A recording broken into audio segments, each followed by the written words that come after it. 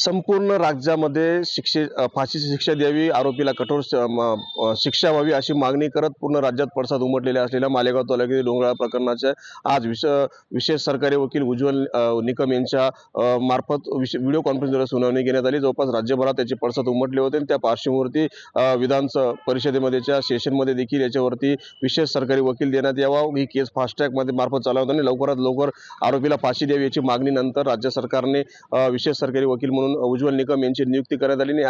त्यानंतर मालेगाव तालुका पोलिसांकडून न्यायालयात आरोपपत्र दाखल करण्यात आले। त्या आरोपपत्रावरती आज त्या आरोपपत्रामध्ये पोलिसांच्या तपासावरती देखील मोठ्या चर्चा करण्यात आली। जवळपास 1 तास चाललेल्या सुनावणीमध्ये उज्ज्वल निकम यांनी यांची बाजू मांडली आणि आरोपीच्या वकिलांकडून देखील आरोपीची बाजू मांडण्यात आली। त्या पार्श्वभूमीवरती आरोपीला पुढील 22 डिसेंबर पर्यंत त्याला पुन्हा न्यायालयीन कोठडी सुनावण्यात आलेली आहे आणि उज्ज्वल निकम यांची पहिलीच या ठिकाणी सुनावणी असल्याने अख्खा संपूर्ण राज्याचे लक्ष या सुनावणीकडे असणार आहे। आरोपीला लवकरात लवकर फास्ट ट्रॅक मार्फत फाशी मिळाव्याची मागणी राज्यभरातून होत असताना उज्ज्वल निकम यांची राज्य सरकारमार्फत नियुक्ती करण्यात आली आणि आज पुन्हा 22 तारखेला पुढच्या सुनावणीत काय होतं आणि या केसकडे विशेष असं लक्ष लागलेल्या केसकडे आरोपीला फाशी होते की त्याच्या पुढचे फास्ट ट्रॅकमध्ये केस नेली जाते हे पाहणं महत्त्वाचं ठरणार आहे।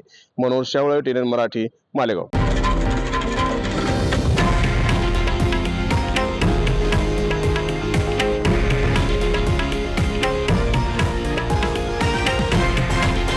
हे आहे देशातील नंबर 1 न्यूज नेटवर्क आणि आपण पाहत आहात TV9 मराठी, एकमेव।